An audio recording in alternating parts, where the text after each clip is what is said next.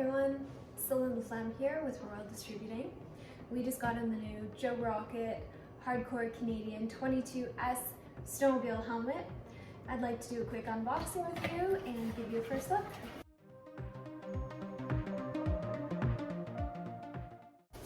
So it does also come with a pair of goggles. They are made to fit the helmet. A lot of time went into this breather over here to prevent fogging.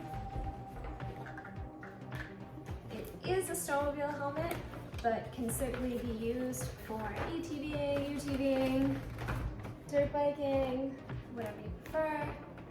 It has a great price point at $200. It's great for somebody starting out or working within a budget.